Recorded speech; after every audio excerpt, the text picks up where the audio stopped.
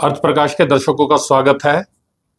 हम शहर के मुद्दे लेकर लगातार आपसे रूबरू होते रहते हैं और वो मुद्दे किस तरह से शहर को प्रभावित कर रहे हैं और क्या उसका असर आम लोगों की जिंदगी पर होता है, उसको लेके हम बातचीत करेंगे आज शहर के जाने माने सामाजिक कार्यकर्ता और आरटीआई कार्यकर्ता और सेकंड इनिंग एसोसिएशन के अध्यक्ष आर के गर्ग से। ये भी लगातार शहर के मुद्दों को लेकर जो है अपनी आवाज उठाते रहते हैं। जहां कहीं भी कोई गलत दिखता है या उस मुद्दे के अंदर कोई चीज की या खामी नजर आती है तो उसको जनता के सामने जो है लाते रहते हैं। खासतौर से अपनी आरटीआई के जरिए जो है उसकी जानकारी के जरिए वो सवाल और जवाब उसके मांगते रहते हैं। तो आइए हम उनसे बातचीत करते हैं कि कौन कौन से मुद्दे आज की डेट में जो है शहर को प्रभावित कर रहे हैं। खासतौर से जो एसआईआर की प्रक्रिया चल रही है, एक तो एसआईआर की प्रक्रिया के अंदर बता रहे हैं कि 2 लाख के करीब वोट जो है चंडीगढ़ का कट गया है। अब ये वोट कटा कैसे है, इसमें जो है डबल वोट थे या जो मृत्यु हुई है लोगों की वो ज्यादा बड़े हैं, किस तरह का है। हालांकि अभी फाइनल सारी चीजें नहीं हुई है, तो इसके बारे में जानते हैं। दूसरा मुद्दा शहर का है कि जो अफसर शहर के अंदर है प्रशासन के, उन अफसरों के बारे में कहा जा रहा है कि जरूरत से ज्यादा अफसर हैं यहाँ पे और जो चार्ज भी दिया गया है छोटे अफसरों को सेक्रेटरी के चार्ज दे रखे हैं प्रशासन ने। तो ये अपने आप में एक बड़ी खामी नजर आती है। लोकसभा में भी इसका जवाब दिया गया है। तो हम आर के गर्ग जी से जानते हैं भाई ये क्या मुद्दे हैं और क्या इसका असर लोगों की जिंदगी पे पड़ रहा है। नमस्कार। सबसे पहले तो अर्थ प्रकाश का बहुत बहुत धन्यवाद कि आप पब्लिक के इश्यूज इतने अच्छी तरह से उठाते हो। आपने 2 मुद्दे यहाँ पे बात की है। सबसे पहले तो जो हमारे पास जो सर का मुद्दा है जो जी, ये काफी ज्यादा परेशान करने वाला हो गया है, क्योंकि अब ये सुनने में आ रहा है कि 6 लाख या 5 लाख कितने 5,70,000 में से 2 लाख लोगों की वोटें कट जाएंगी। जी, मैंने पिछला जो 2021 और 2024 का इलेक्शन की बात देखी है तो वहां पे 6 लाख से ज्यादा मतदाता थे। जी, ठीक है, चंडीगढ़ में बहुत सारे लोग आते रहते हैं जाते रहते हैं, लेकिन जितने लोग जाते हैं उतने आते भी हैं। तो वो सब अपनी वोट अपना आधार कार्ड वगैरह सारा बना लेते हैं। तो ये कम क्यों हो रहा है, ये बड़ा एक हैरानी वाला विषय है। लेकिन मुझे जो मैंने एनालिसिस किया है, ये कम इसलिए नहीं हो रहे कि लोग यहाँ से चले गए। जी, लोग तो वही हैं, आबादी वही है, क्योंकि जितने हम व्हीकल्स की बात करते हैं वो बढ़ रहे हैं, चलान बढ़ रहे हैं, लोगों की हर तरह की जो बैंकिंग का है या कोई राशन बांटने का काम है, कोई चीज कम नहीं हो रही। अगर किसी भी शहर में से अगर तीसरा हिस्सा चला जाए तो वो शहर तो एकदम से खाली हो जाना चाहिए, ऐसा कुछ नहीं है। तो मुझे ऐसा लगता है कि ये जो 2 लाख वोट कटने वाली जो बात हो रही है, ये कहीं ना कहीं तकनीकी कारण, जो सर की जो प्रक्रिया है उसके कारण ये वोट लोगों के वोट कटेंगे। ठीक है, कुछ हजार लोग चंडीगढ़ से बाहर जॉब करने के लिए चले गए होंगे, एनआरआई बन गए होंगे, कुछ लोगों की मृत्यु भी हुई होगी, हजारों की संख्या में हो सकती है, लाखों में नहीं हो सकती। तो जो प्रक्रिया है, प्रक्रिया क्या हुई कि पहले जब शुरू हुआ उन्होंने एनुमरेशन कार्ड फॉर्म दिया, वो हम सब ने भर के दिया। उसके बाद बीएलओ जो हैं या जो भी इलेक्शन कमीशन की तरफ से लगाए ऑफिसर्स हैं, उन्होंने सबके यहाँ फार्म बांटे, प्री प्रिंटेड फार्म थे वो फार्म बांटे। उस फार्म को भर के हमने उनके पास सबमिट कराया। ये प्रक्रिया है सबके लिए। तो सबमिट कराया, सबमिट करने के बाद वो उसको कहीं अपलोड वगैरह सिस्टम में अपलोड किया गया और फिर एक 21 जुलाई को एक ड्राफ्ट इलेक्शन वोटर लिस्ट जो है वो पब्लिश हुई। उस पब्लिश लिस्ट में बहुत सारे सब लोगों के नाम थे यहाँ पे। लेकिन हैरानी की बात ये हुई कि उस लिस्ट के पब्लिश होने के 8-10 दिन के बाद ये बताया गया कि बहुत सारे लोगों के जो है सिस्टम इंफॉर्मेशन मैप नहीं हो रही। मैपिंग जिसकी नहीं हो रही उसको नोटिस दे दिए गए। अब नोटिस सुनने में आ रहा है 70,000 के या 1.5 लाख लोगों को नोटिस दिया गया, लेकिन 2 लाख वोट कैसे कट रही हैं, ये कैसे हो रहा है, ये कुछ पता नहीं। नोटिस दिए गए। अब उसके अंदर 3 चीजें हैं। 1987 के बाद जो पैदा हुए उनके लिए प्रक्रिया है, 1987 से पहले जो पैदा हुए उनकी प्रक्रिया है। जब 1987 से पहले की प्रक्रिया आसान है, तो जब उन्होंने वो डॉक्यूमेंट दिए थे तो वो डॉक्यूमेंट के बेसिस पे उनको क्लियर हो जाना चाहिए था, मैपिंग हो जानी चाहिए थी, लेकिन बहुत सारे लोगों के नहीं हुई। जी। यहाँ ये प्रक्रिया में एक खामी ये भी रही है कि जैसे चुनाव के तौर पे या जब वोट बनती है उस समय में बहुत सारे जो ऑफिशियल्स हैं वो घर घर जाके चेक करते हैं कि आपका कौन कौन यहाँ पे मेंबर रहता है, टिक करते हैं बकायदा वो नाम पर पूछ के। तो ऐसी प्रक्रिया यहाँ पे नहीं हुई। जी, मतलब बीएलओ घर तक नहीं पहुंचे। प्रैक्टिकल बात कर रहा हूँ जी। बीएलओ जो है ना, ऐसे कोई भी उनका स्टाफ या इलेक्शन कमीशन का स्टाफ घर घर जाके उसने ये चेक नहीं किया कि ये लोग यहाँ पे रहते हैं। इमिग्रेशन माइग्रेटरी जो लेबर है वो बहुत होती है चंडीगढ़ में, लेकिन चंडीगढ़ के जो रहने वाले बसिंदे हैं, जो मकान के ओनर हैं, जो यहाँ से 25-25, 30-30 साल से 10 साल से वहां पे रह रहे हैं उसी मकान में, उनके पास सब कुछ है, आधार है, वोटर है, पैन कार्ड है, आईटीआर भी है और उनकी सब कुछ डॉक्यूमेंट है, पासपोर्ट भी बहुत सारे लोगों के पास होता है। तो जब इतने सारे डॉक्यूमेंट हैं तो उसके ऊपर मुझे लगता है उसके ऊपर डाउट करने का कोई कारण नहीं नजर आता।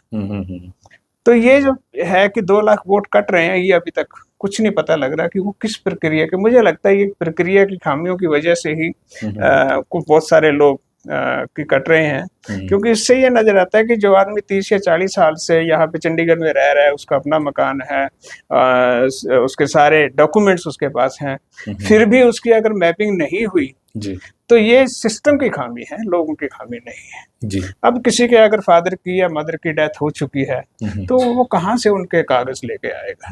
हमारे देश में ऐसा कोई सिस्टम नहीं था पहले, और अभी भी नहीं है कि डिजी लॉकर टाइप की जो चीज है वो कितने लोग यूज करते हैं। मुश्किल से 1-2% यूज करते हो, बाकी नहीं करते।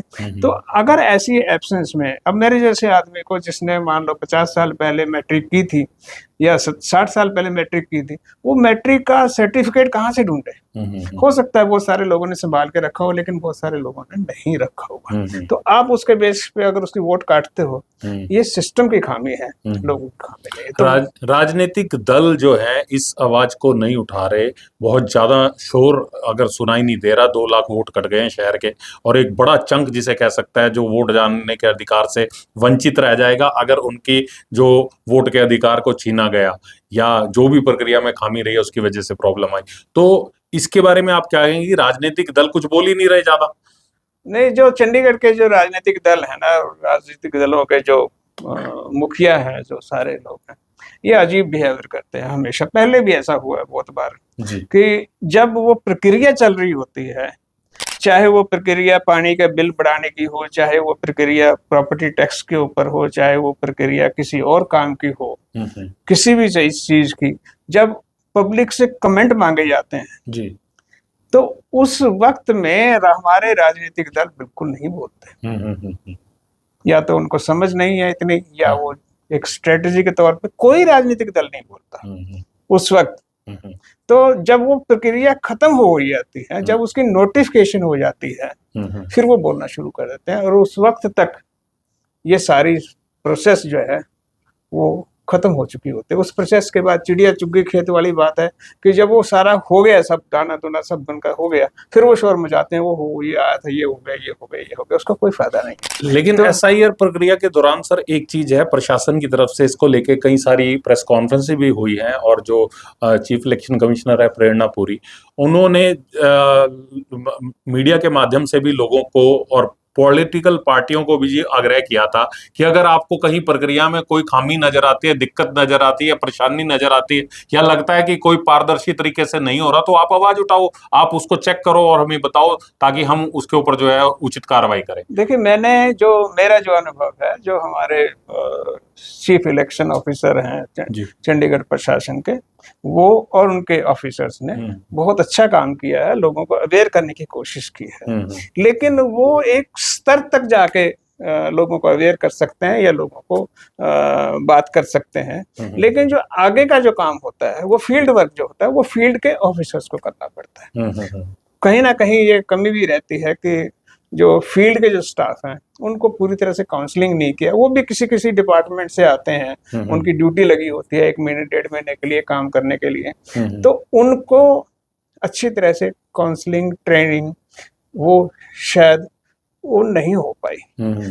अवेयर किया गया है, मुझे भी बहुत सारे लिटरेचर चंडीगढ़ प्रशासन ने भेजा है अवेयर करने के लिए, शुरू से ही भेज रहे हैं और अभी भी लगातार वो अवेयर करते रहते हैं। लेकिन सबकी सब लिमिट होते हैं। जो प्रशासन के जो एक्चुअली काम करने वाले ऑफिसर्स हैं, जो ग्राउंड लेवल पे जाके लोगों के साथ काम करते हैं, कहीं ना कहीं उनका, और मैं ये कहूँगा कि RWS का बहुत ज्यादा इस बारे में रोल है।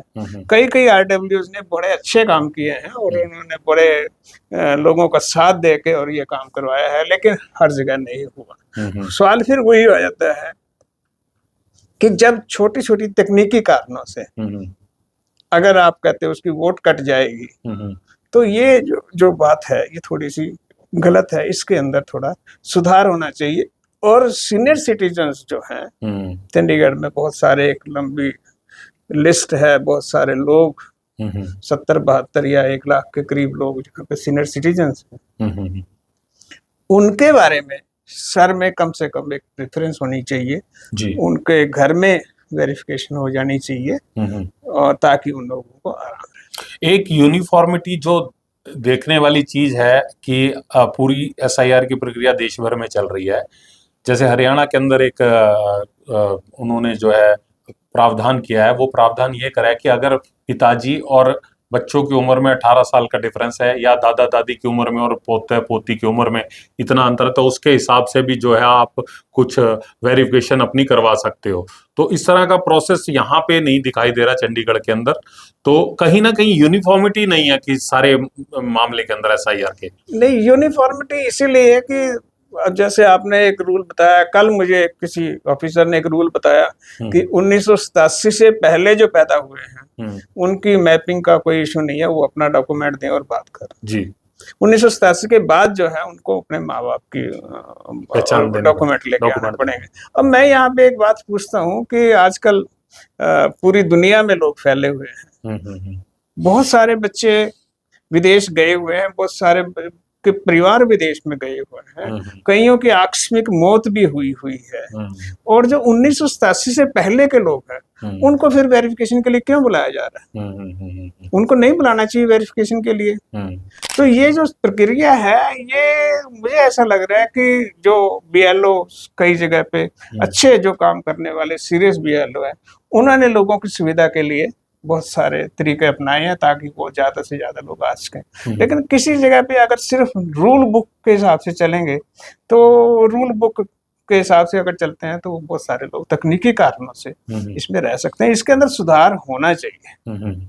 एक आरोप पॉलिटिकल पार्टियां भी लगातार लगा रही हैं अलग अलग राज्यों में, जो SIR की प्रक्रिया हुई, बंगाल में हुई या हरियाणा में हुई या और राज्य में हुई, और कांग्रेस के जो सुप्रीम लीडर हैं राहुल गांधी, वो ये लगातार बात उठाते रहे हैं कि वोटों की डबलिंग है, 3-3, 4-4 वोट है, एक एक घर के अंदर 100-100 वोट के भी एग्जाम्पल सामने आए।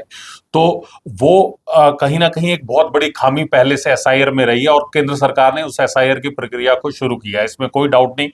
केंद्र सरकार का कहना है कि ठीक करने के लिए ये सारी चीजें, इस प्रक्रिया को शुरू किया गया।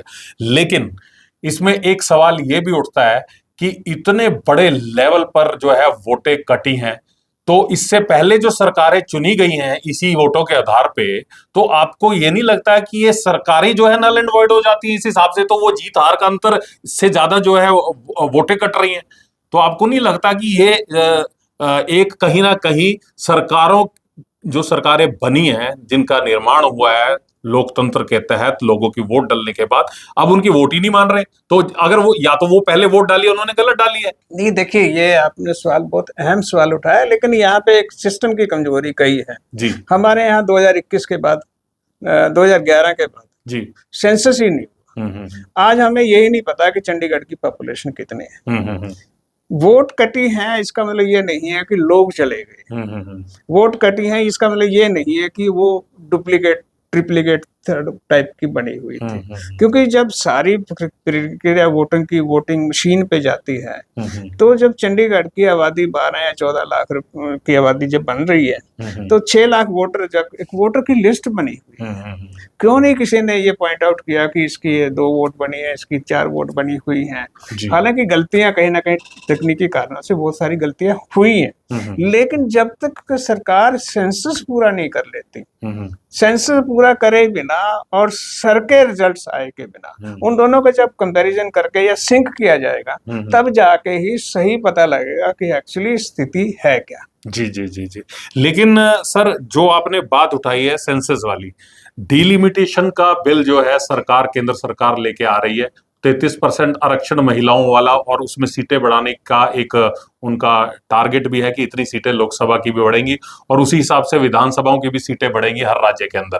तो अगर सेंसस ही नहीं हुई अभी तक, तो डिलिमिटेशन कैसे हो जाएगी? आपको नहीं लगता ये फिर खामी है एक सिस्टम के अंदर? यही हम ना, तो ऐसे आगे दौड़ पीछे छोड़ वाला काम है कि जब तक हमारा सेंसस नहीं हुआ, जब तक हमारा सर पूरा नहीं हुआ, उसके बिना अगर डिलिमिटेशन की भी गई, तो फिर वो खामियां रहेंगी। कहीं हो सकता है कि ज्यादा पॉपुलेशन के साथ उसकी इतनी सीटें ना मिले उसको, कहीं जगह हो सकता है कि पॉपुलेशन नहीं है फिर भी उसको सीट मिल जाए।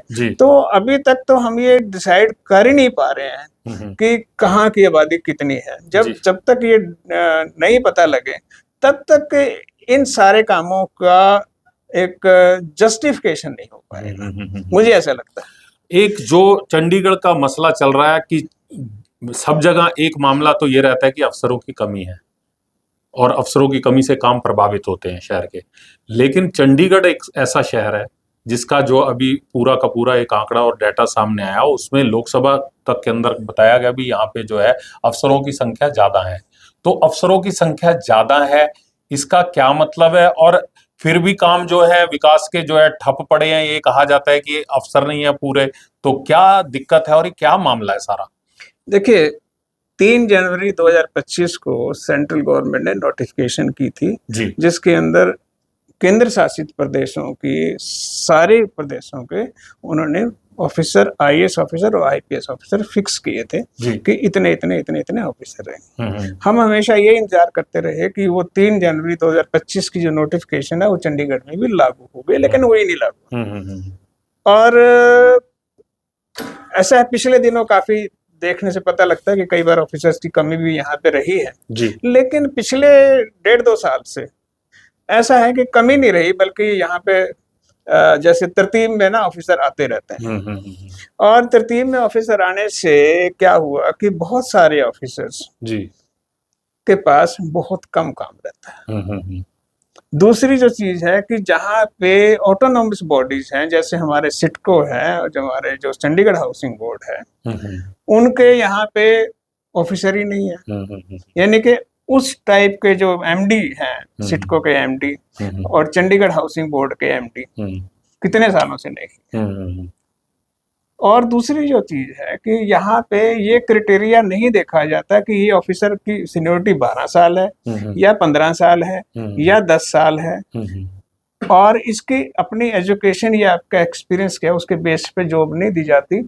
यहाँ कई बार ऐसे 2-2, 3-3 साल के जो ऑफिसर वाले अफसर हैं, नहीं 2-2, 3-3 साल के जो पोस्टिंग वाले अफसर आईएएस बने हुए, उनको भी ऑफिसर्स को सेक्रेटरी बना दिया जाता है, बड़े चार्ज दे दिए जाते हैं। जो 3 जनवरी 2025 की नोटिफिकेशन है उसके अंदर 6 सिर्फ सेक्रेटरी हमारे यहाँ पे होना चाहिए, लेकिन इन्होंने 11-12 सेक्रेटरी बना रखे हैं। इन्होंने नॉन आईएएस ऑफिसर्स को भी सेक्रेटरी बना रखा है।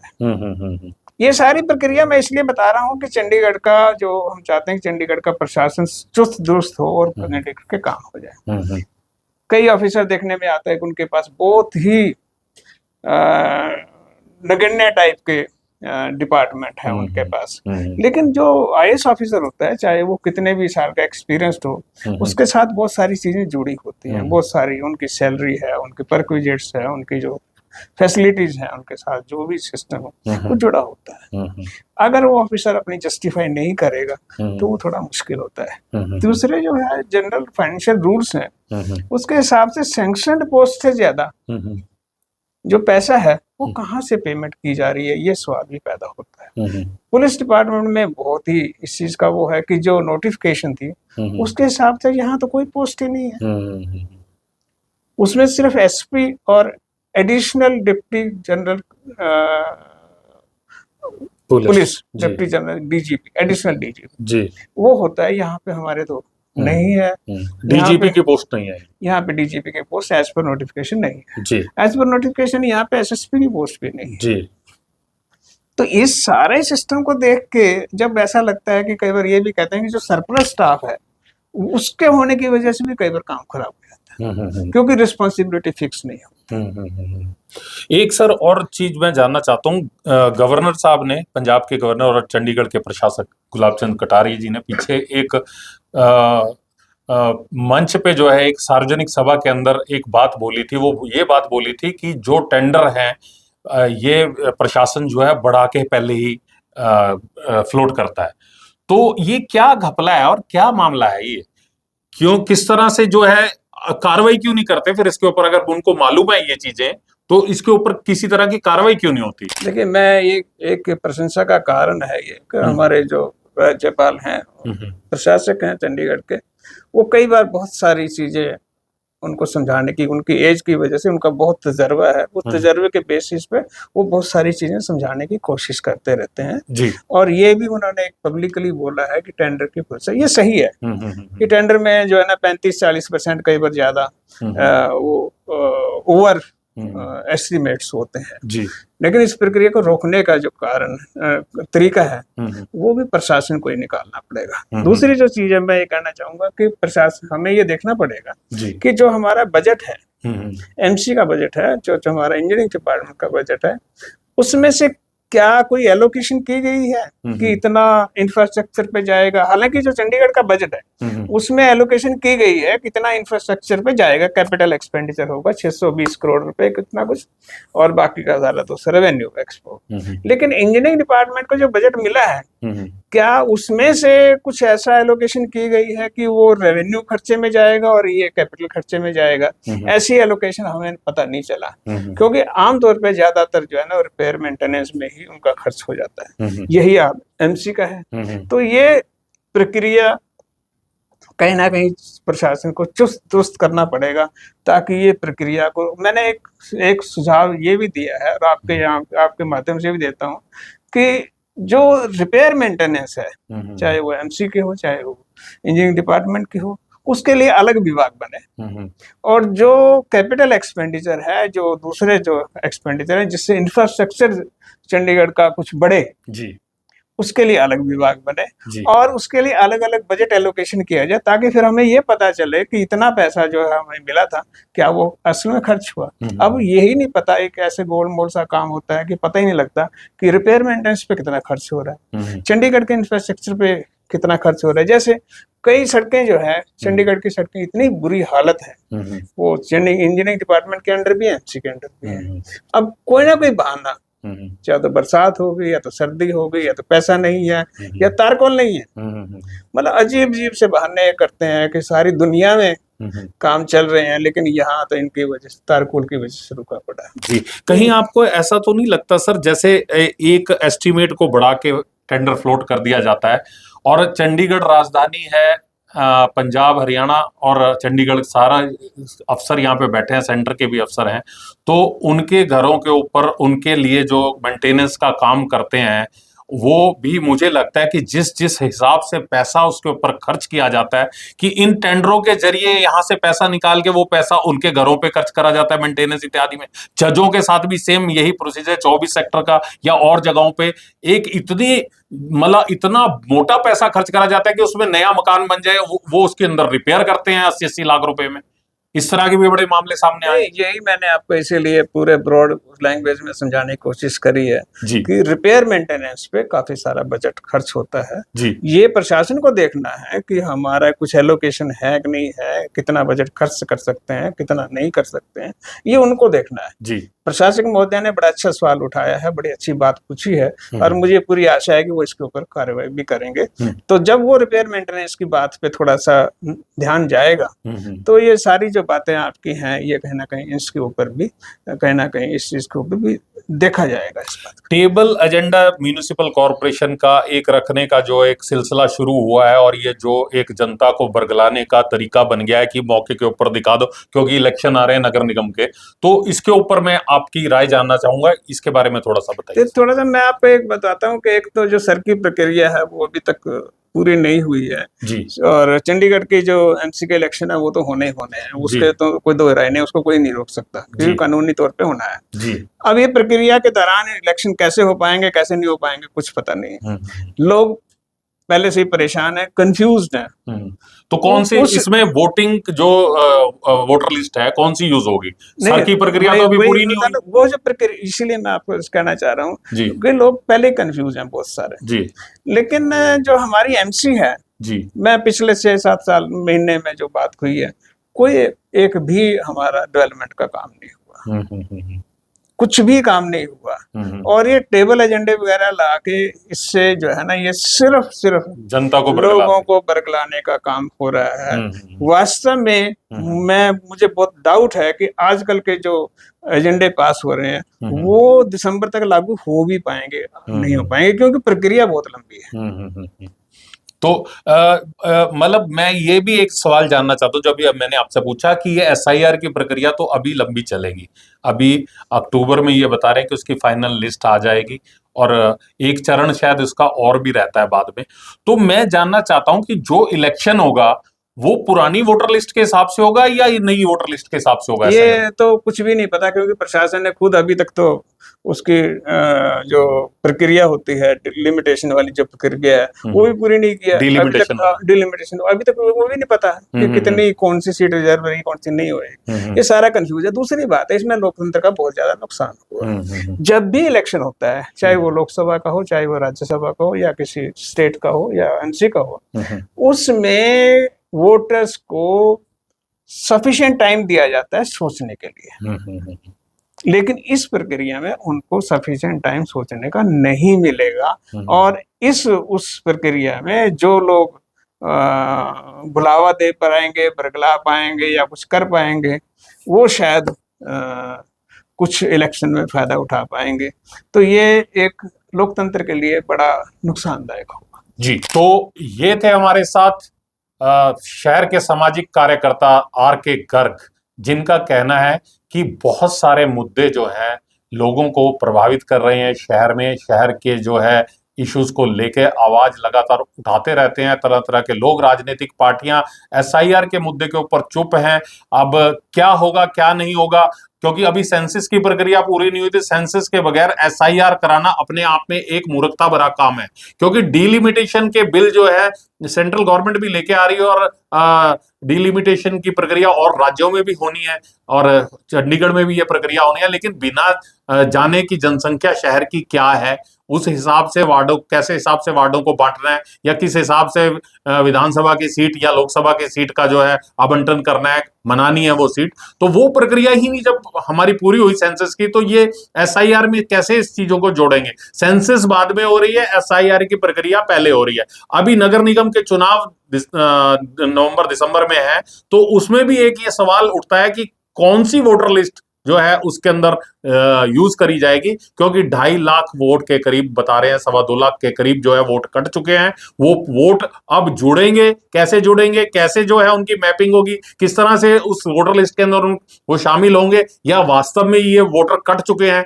तो एक सवाल उसके साथ ये भी है कि इसी वोटर लिस्ट के जरिए जो खामी जिस वोटर लिस्ट में बताई जा रही है, 2 लाख से ज्यादा वोटर जिसमें बताए जा रहे हैं कि फर्जी हैं, तो वो वोटर क्या उन्होंने पिछले इलेक्शन में जो वोट डाली थी, उन्होंने सांसद चुना था, उन्होंने सेंटर की सरकार चुनी थी, उन्होंने और सरकारें चुनी थी, क्या ये कानूनी हिसाब किताब से सरकार जो है सही है? ये कई सारे सवाल है लोगों के दिमाग में कि ये जो सवाल है कहीं ना कहीं लोगों को परेशान कर रहे हैं। देखिए, इसमें मैं आपकी बात एक और जोड़ता हूँ। लोकतंत्र में एक सामान्य प्रक्रिया होती है जी, उस प्रक्रिया के हिसाब से भी सरकार के फैसले लागू होते हैं, सरकार के फैसले होते हैं और उसी हिसाब से आगे, चाहे वो इलेक्शन है, चाहे वो सरकारें बननी है, चाहे वो किसी तरह का काम है, जो इस कंफ्यूजन में जो सामान्य प्रक्रिया है लोकतंत्र की, वो कहीं ना कहीं हैम्पर होती नजर आ रही है। ये मेरा चिंता है जी। और एक बात और कही जा रही है जिसका जवाब कहीं से भी नहीं मिल रहा है, वो जवाब ये है कि जिसका इस एसआईआर प्रक्रिया में नाम नहीं आया, जैसे और राज्यों में भी देखा गया है, तो उनकी जो है सारी सुविधाएं जो सरकार से मिलती हैं वो सुविधाएं बंद करने की भी बात लोगों के अंदर एक मतलब ये अंदेशा है उनको कि कहीं हमारी सारी सुविधाएं बंद ना हो जाएं। इसका भी कोई क्लैरिफिकेशन सरकार की ओर से नहीं दिया जा रहा। तो लोग परेशान हैं कि क्या ये अगर हमारी वोट है, अगर मैपिंग नहीं हुई, बीएलओ घर नहीं पहुंचा, तो हमारी वोट ऐसी कट जाएगी। क्योंकि बहुत सारे लोग इग्नोरेंट हैं, उन्हें आज भी मालूम नहीं है ये काम सौंपा गया था बीएलओ के जिम्मे या इलेक्शन डिपार्टमेंट के जिम्मे। लेकिन इलेक्शन डिपार्टमेंट अगर वहां पहुंचा ही नहीं, और जो दिहाड़ी करने वाला या रोज जो अपना काम पैसा कमा के अपना पेट पालने वाला व्यक्ति है, क्या वो उनका आपस में संपर्क हो पाया है? तो ये एक बड़े सवाल हैं। दूसरा सवाल गर्ग साहब ने उठाया कि शहर के अंदर जो अफसरों का मसला है, वो ऐसे अफसरों को चार्ज दिया गया है जो बिल्कुल जूनियर अफसर हैं और उनको सेक्रेटरी तक के चार्ज दिए गए हैं, जिससे कहीं ना कहीं जो है एक सवालिया निशान जो है इस प्रक्रिया पर प्रशासन के जो तरीका है काम करने का उस पर खड़ा हो रहा है। और तीसरा जो है टेंडरों में जो एनहांसमेंट करके जो है आगे फ्लोट करे जाते हैं टेंडर, उसके ऊपर खुद गुलाब चंद कटारिया जी जो प्रशासक है चंडीगढ़ के सवाल उठा चुके हैं। लेकिन हमें इंतजार है कि कटारिया साहब इसके ऊपर कब कार्रवाई करवाएंगे, और कार्रवाई करके जो इसके अंदर दोषी अफसर हैं या जो ये खेल कर रहे हैं, ये जो सारा का सारा एक घपले का तरीका अपनाया हुआ है, उसमें कार्रवाई क्या करवाएंगे। साजिन शर्मा, कैमरामैन अजीत कौशल के साथ अर्थ प्रकाश के लिए।